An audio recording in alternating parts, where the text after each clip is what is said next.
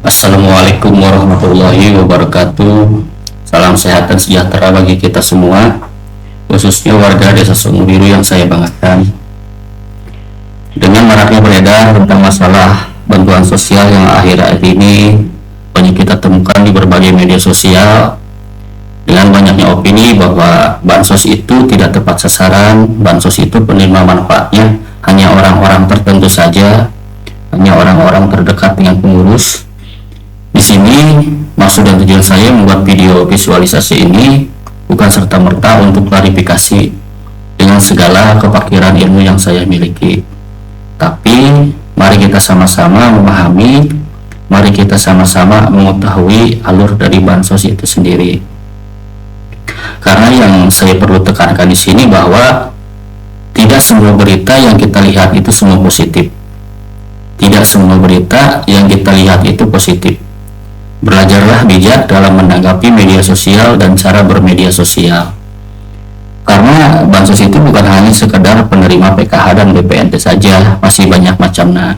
Salah satunya ketika putra-putri kita yang ada di tingkat pendidikan menerima bantuan PIP dari sekolah, itu juga adalah bansos. Cuma yang membedakan hanya sumber anggaran yang dikeluarkan oleh kementerian yang berbeda. Selanjutnya BPJS Kesehatan dari pemerintah, itu juga bansos karena dibayar rutin setiap bulannya oleh pemerintah. Maka sangat disayangkan ketika itu semua tidak kita manfaatkan. Karena ketika di saat kita butuh ternyata BPJS-nya nonaktif, itu akan sangat sulit untuk mengaktifkannya kembali.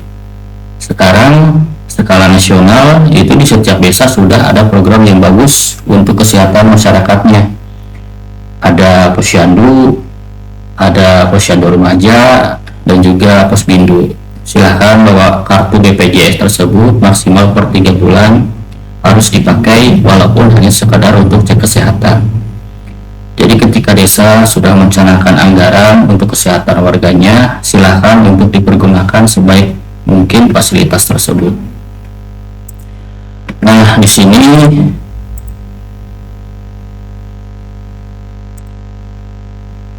padahal sudah tertuang Instruksi Presiden Nomor 4 Tahun 2025 tentang Data Tunggal Sosial dan Ekonomi Nasional yang resmi diterbitkan pada 5 Februari 2025. Apa itu DTSN? Data Tunggal Sosial Ekonomi adalah basis data terpadu yang bersifat dinamis berdasarkan hasil integrasi 3 pangkalan data utama, yaitu data terpadu kesejahteraan sosial, Reksosek, dan penyasaran percepatan penghapusan kemiskinan ekstrim, yang dimana oleh Badan Pusat Statistik BPS akan dipadankan dan dicocokkan dengan sistem informasi administrasi kependudukan dari Kementerian Dalam Negeri. Jadi langkah ini dilakukan untuk memastikan data yang digunakan benar-benar akurat dan valid. Kemudian di sini apa itu desil? Jadi desil ini adalah pembagian kelompok masyarakat berdasarkan tingkat kesejahteraan dari yang paling miskin sampai yang paling sejahtera. Desil 1, 2, 3, 4, 5, 6, sampai 10. Dan ini adalah klasifikasi dari BPS, bukan dari pemerintahan desa. Kemudian di sini yang saya tampilkan adalah rekapitulasi desil khusus untuk Desa Sumur Biru, Kecamatan Ciberem, Kabupaten Kuningan. Jadi di sini dari nama warga A sampai Z, Sisiuk, Sigayung, Sidengkul, Siwaring, ya, datanya tercover di sini semua. Jadi ketika Bapak Ibu semua bertanya kenapa bantuan saya terhenti, kenapa BPJS pemerintah saya dinonaktifkan, maka dengan jelas saya akan buka real by data bahwa jawabannya tersedia di sini semua. Maka dari itu jangan pernah sungkan untuk bertanya kepada kami di pemerintahan desa. Jadi ketika masyarakat berasumsi bahwa saya itu masih layak nih ke dalam desil 1 sampai 5, masih layak mendapatkan bansos, tapi kenapa tiba-tiba setelah pemutakhiran BPS saya masuk ke dalam kategori desil 6 sampai 10?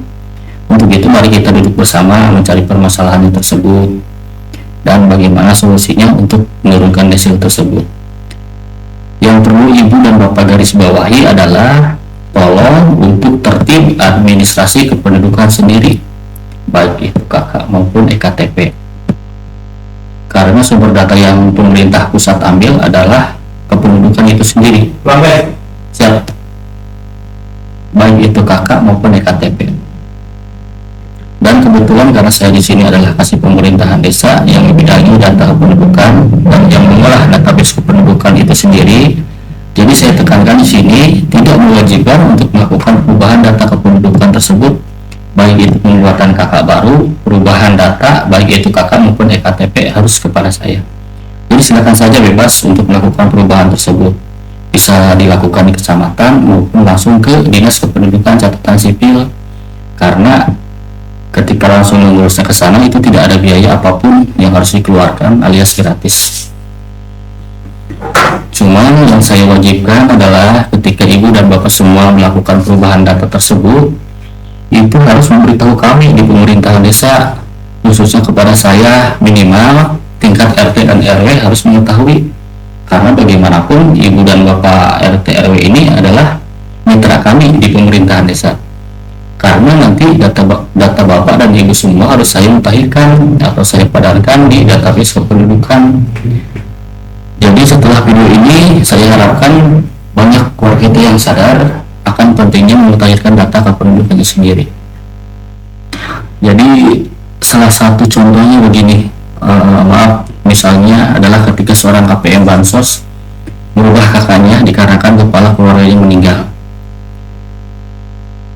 Jadi itu secara otomatis nomor kakak dan juga status perkawinannya pun akan berubah, yang tadinya di EKTP kawin menjadi cerai mati, begitu pun yang cerai hidup. Kemudian ketika putra putri kita duduk di tingkat pendidikan, beralih ke jenjang pendidikan selanjutnya, misal dari SD ke SMP dan seterusnya, itu silahkan perbaharui kakak di tingkat pendidikannya tersebut, karena besaran PIP yang kita dapatkan itu di setiap tingkatannya nominalnya pun berbeda-beda. Dan kemudian ketika seorang ibu melahirkan ditolong oleh BPJS pemerintah, itu secara otomatis si bayinya pun akan ikut mendapatkan BPJS pemerintah tersebut. Namun dalam catatan, dalam rentang kurun waktu sebelum 3 bulan si bayi tersebut sudah harus punya NIK atau sudah terdaftar di kartu keluarga. Jadi ketika si bayi tersebut sudah melewati masa 3 bulan dan belum memiliki NIK, maka biasanya BPJS-nya pun akan terhapus off by system dan akan terbaca di aplikasi masih atas nama bayi nyonya. Jadi ketika ibu dan bapak melakukan perubahan data pada kakak maupun EKTP tersebut dan tidak melaporkannya kepada kami, jadi apa yang kamu bisa mutakhirkan? Jadi itu logika sederhananya. Sampai sini paham? Dan sebenarnya masih banyak lagi tolak ukur yang bisa menyebabkan bansos itu terhenti. Silahkan pergunakan HP-nya untuk mencari berita-berita yang lebih akurat. Bahkan saya sendiri pun lebih setuju kalau bansos itu dihapus atau diperuntukannya hanya untuk kalangan lansia maupun penyandang difabel atau disabilitas. Untuk usia yang masih produktif, mungkin pemerintah cukup membuka lapangan pekerjaan tanpa ada persyaratan tertentu seperti batas usia dan mungkin yang lainnya. Dan alangkah bijak lagi ketika pemerintah mengalihkan ke sektor yang lain ataupun menstabilkan harga sembako. Jadi mari kita sama-sama bersinergi antara masyarakat dan juga kami selaku pemerintahan desa agar desa tidak kehilangan data, agar data kita lebih terarah dan akurat, baik itu di tingkat pemerintahan desa maupun tingkat pemerintahan atas. Mungkin hanya itu saja yang dapat saya sampaikan pada kesempatan kali ini. Untuk segala kekurangannya saya mohon maaf yang sebesar-besarnya. Akhirul kalam, billahi taufiq wal hidayah. Wassalamualaikum warahmatullahi wabarakatuh.